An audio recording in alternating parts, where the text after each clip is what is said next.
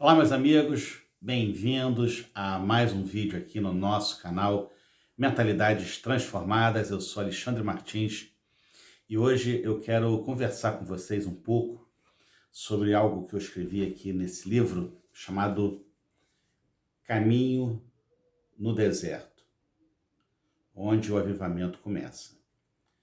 Se você tiver interesse em adquirir esse livro, ele está na Amazon. Você pode procurar pelo meu nome, autor, Alexandre Martins dos Santos, ou pelo nome do livro, Caminhos no Deserto, onde o avivamento começa.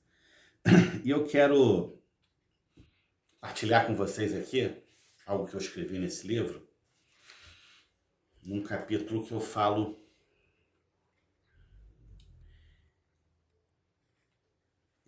capítulo 3, Promessa do Espírito Santo em nós. E nesse capítulo eu destaco uma passagem do livro de Crônicas. A gente não sabe ao certo quem foi o escritor do livro de Crônicas. A tradição judaica atribui a Esdras. Mas, segundo Crônicas 6:18, tem uma passagem que eu quero estar dividindo aqui com vocês, que diz assim: mas na verdade, habitará Deus com os homens na terra? Eis que os céus e o céu dos céus não te podem conter, quanto menos esta casa que tenho edificado. Então veja que interessante. O autor aqui ele fala o seguinte, que vai Deus habitar na terra junto com os homens? Deus vai morar na terra? Se nem os céus, e depois ele ainda enfatiza, nem os céus dos céus podem conter Deus. Veja que interessante, o autor desse livro, eu não sei se ele aqui tinha alguma noção ou estava falando algo sobre os céus dos céus. Será que ele tinha conhecimento de um céu do universo, fora da atmosfera? Ou ele estaria falando de uma quarta dimensão? Não sei, e não importa. O que importa, a ênfase que o autor dá aqui ao texto, é de que nem os céus são capazes de conter Deus, porque Deus é maior do que os céus. Já falei em outro vídeo, você mora numa casa, a sua casa é maior do que você. Ainda que você more só num quarto, esse quarto é maior do que você, para caber você dentro, e tem que ser maior. Se Deus habitasse na terra, a terra seria maior do que Deus. Se Deus habitasse nos céus, os céus seriam maior do que Deus. Então o autor aqui ele fala muito claramente isso.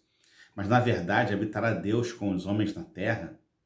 Eis que os céus e o céu dos céus não podem te conter, quanto menos esta casa que tenho edificado. Então veja, onde Deus mora?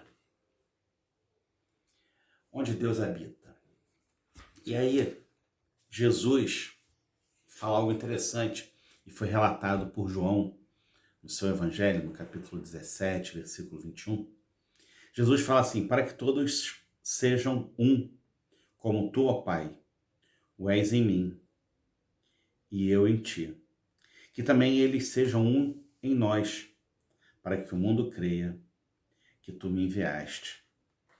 Então, Jesus, ele está fazendo aqui uma reflexão em forma de oração, onde ele quer que Deus e Jesus seja um em nós, como ele, Jesus e Deus já são um. Que nós também sejamos um com eles. Dois já são um. Três também já serão apenas um.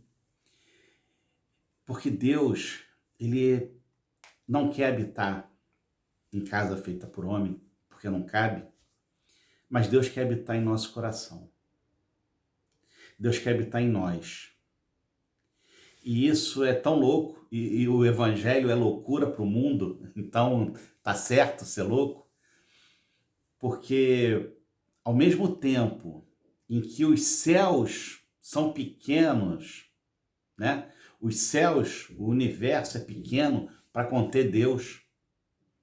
Nós que somos uma gotinha dentro desse universo, menos do que um grão de areia dentro desse universo, Deus quer habitar em nós. O céu é pequeno para ele, mas nós somos do tamanho exato. Porque o Senhor, ele quer habitar em nós. Ele quer que nós sejamos um com ele. Assim como Deus e Jesus é um, que nós também sejamos um com ele.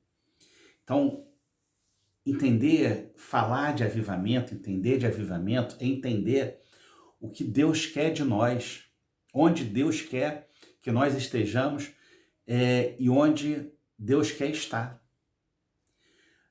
A gente, lendo a história do avivamento, muitas das vezes pensa que o avivamento foi para o passado, o avivamento foi para um período definido, que o avivamento foi apenas para quem acreditava muito, quem orava muito, quem se dedicava muito a isso, que foram, a cada 200 anos acontece um avivamento, e o avivamento, na verdade, ele pode acontecer todo dia.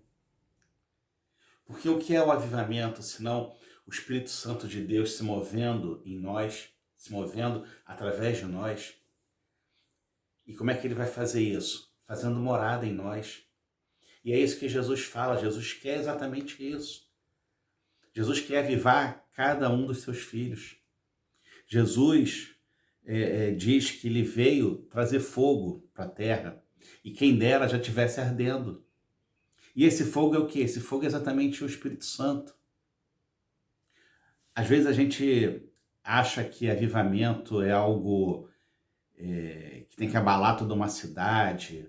Avivamento tem que ser algo que saia nos jornais, algo extraordinário. Pode ser, mas o maior avivamento acontece no individual, na intimidade. O maior avivamento acontece quando você passa a ser um com Deus. Quando Deus, que não cabe nos céus, porque é maior do que os céus, habita dentro de você. E vai se manifestar através de você. E vai fazer milagres, maravilhas, sinais e prodígios dentro de você. Mas, como eu falo aqui nesse livro, caminho no deserto. Por que avivamento tem a ver com deserto? Porque quando a gente fala em avivamento, a gente pensa em fogo, a gente pensa em chuvas de bênção, na presença do Espírito Santo, no mover, e nunca vincula muito a imagem do deserto, não é verdade? Deserto passa a ideia de um local que nada brota, que a definição de deserto é o lugar que não chove, né? É um local sem chuva. Essa é a definição de deserto. Então, como é que deserto é um local bom para avivamento? Porque no deserto, exatamente por não chover, é onde você tem as pessoas mais sedentas, as pessoas mais desesperadas por água.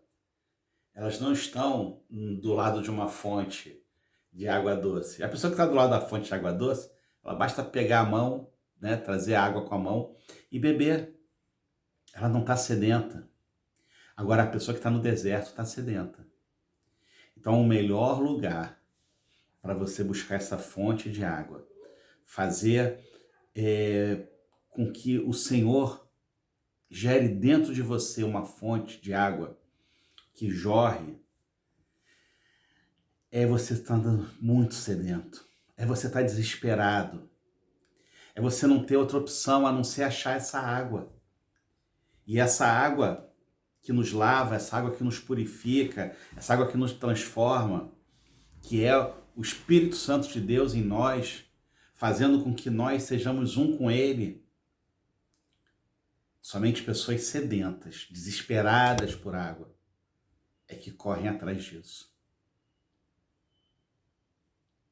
Quando Jesus fala que é mais fácil passar um camelo no buraco da agulha do que um rico entrar no céu, porque Jesus estava falando exatamente em dividir a riqueza com os pobres, e aí o jovem rico fica triste com isso e vai embora, dá a entender no texto que ele não queria fazer isso, e Jesus fala, olha, é mais fácil passar um camelo no buraco de uma agulha do que o rico entrar no céu.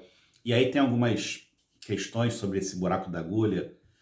Algumas pessoas dizem que a tradução foi errada, que na verdade não era camelo, era uma corda marítima, que era uma corda muito grossa, que tinha um nome muito parecido.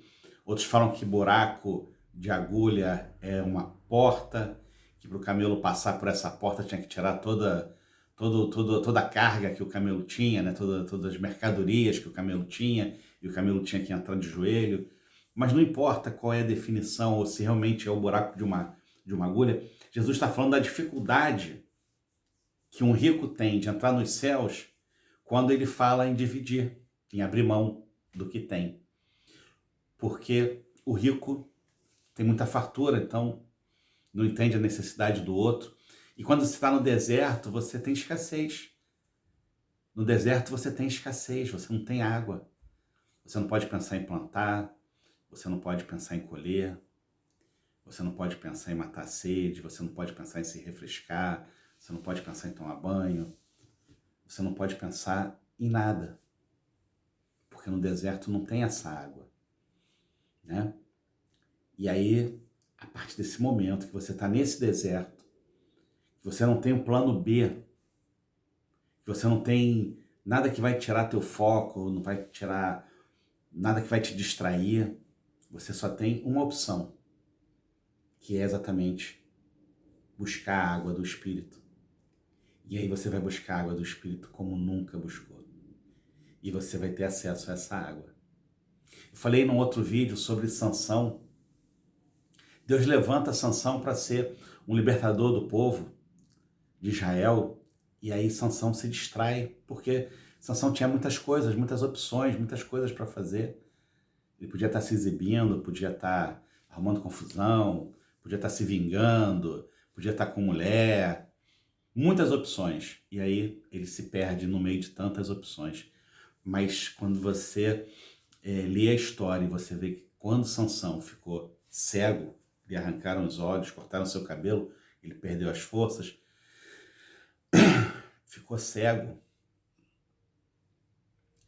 e ficou amarrado num moinho, tendo que rodar um moinho. A única opção que Sansão tinha ali era rodar um moinho. Ele não podia fazer mais nada, nem se distrair vendo alguma coisa ele podia, porque estava cego. Nesse momento, Sansão busca a presença de Deus como nunca buscou. E recebe a presença de Deus como nunca recebeu. E cumpre o seu propósito naquele dia como nunca havia cumprido antes. Sansão estava como que num deserto, sem opção, sem chuvas de bênção, sem água para saciar a sede. Naquele momento ele busca e ele recebe ali um grande avivamento. Então, meu amigo, você está assistindo esse vídeo, eu não sei a situação que você está passando, talvez você esteja no meio de um deserto. Muitas das vezes a gente se encontra num deserto, ou pelo menos imagina que onde a gente está é um deserto, e perde as esperanças, acha que Deus virou as costas para a gente, acha que Deus não liga para a gente, não somos assim tão importantes, ou somos tão pecadores que Deus não está nem aí para a gente. Nessas horas, quando você se achar mais fraco, mais perdido, mais abandonado, é o melhor momento. Escuta isso. É o melhor momento para você se encontrar com Deus. Você não tem outra opção. Você não tem nada para te distrair. Você não tem dinheiro para ir no shopping passear, você não tem dinheiro para ir no cinema para esquecer, você não tem dinheiro para sair para beber, encher a cara e esquecer. Você não tem amigos que vão te chamar para uma festa para você esquecer. Você vai ficar num deserto. E é no deserto que você vai se lembrar que uma vez, na casa do Pai, você estava bem. Foi assim com o filho pródigo. O filho pródigo pediu o adiantamento da sua herança, né? E pródigo não é que seja bom. A gente às vezes imagina, né? Entende pródigo como filho bom, não. É gastador, que não se controla, né? Que gasta todo o dinheiro. Esse filho pediu o adiantamento da sua herança, o pai deu, ele foi e gastou tudo. E um dia ele estava lá no meio dos porcos, comendo junto com os porcos. Comendo bolotas, a Bíblia fala, é um tipo de... É uma fruta, um fruto, como se fosse uma amêndoa, uma castanha, uma coisa assim. E ele estava comendo isso que os porcos comiam, e ele lembrou, poxa, na casa do meu pai, até os servos, até os escravos, até os empregados estão numa situação melhor do que eu. Eu sou filho, eu vou voltar para lá. Então, se você estiver nessa condição, se você estiver nesse deserto, lembra, você é filho de Deus. Você não é escravo, você não é servo, você não é empregado. Você é filho. E a qualidade de filho é irrevogável. É irrevogável. Você é filho. Então lembre-se, se você está no deserto, é o melhor momento e é o melhor local de você lembrar de como era na casa do Pai e buscar essa presença de Deus. Buscar esse reencontro com Deus. Ou talvez você nunca teve esse encontro, é a hora de você buscar. Se tranca no teu quarto, se tranca no banheiro, se tranca na sala. Vai para uma pracinha, senta sozinho e começa a falar com Deus. Se você tiver que falar para Deus que você errou, fala, ele vai entender. Ele já sabe que você errou, ele já sabe o que você fez, você não fez escondido. Fala com ele que você errou. Se você não errou, está apenas magoado, fala que você está magoado. Abre o coração para ele, põe para fora, verbaliza. Fala com Deus. Deus criou o mundo falando. Jesus é chamado de verbo, a palavra, para você entender como a palavra tem força. Bota para fora o que está te sufocando, bota para fora o que está te agoniando, bota para fora o que está te angustiando. Bota que seja conhecida as suas petições na presença de Deus. O próprio Senhor fala isso na sua palavra. Então bota para fora isso que está te prendendo e pede para Deus agir. Pede para o Espírito Santo vir e agir sobre você e busca como você nunca buscou. Mostra que você é um sedento que quer ser dessedentado, quer ser saciado. E existe uma fonte de água viva. Entra nessa fonte. Tem uma história muito interessante que dois jovens perguntaram ao pastor como é que fazia para viver sempre debaixo da unção de Deus. E aí o pastor falou assim, olha, pega essa peneira aqui, vai lá no rio, me traz água nessa peneira. E quando você trouxer essa peneira com água, eu te explico. E aí os dois jovens passaram a tarde toda, vocês devem imaginar, né? A peneira toda furada. Tentando bolar um jeito de levar água dentro da peneira. E não conseguiram. E aí chegaram pro pastor e falaram assim, pastor, olha, a gente bota a peneira dentro do rio, a peneira fica cheia d'água. Na hora que a gente tira a água, escorre, não tem como. Aí o pastor falou, pronto, você já entendeu. Você quer ficar cheio de água? Fica dentro do rio. Você quer ficar cheio da presença de Deus? Fica na presença dele. Você quer ficar cheio do Espírito Santo de Deus? Fica na presença dele. Não tem outro lugar, não tem outra forma. Então, se você hoje está num deserto, se hoje você não tem um plano B, se hoje você não tem uma segunda escolha, não tem uma segunda saída, quem sabe você está igual Sansão, já foi um libertador e hoje está cego, escravo. Fala com Deus, busca a Deus, chora, se arrepende, pede perdão, pede uma nova oportunidade. Deus baixou um decreto que ia destruir Nínive. E aí, porque o povo de Nínive se arrependeu, chorou, Deus mudou o decreto, Deus mudou a sorte de Nínive e não destruiu Nínive.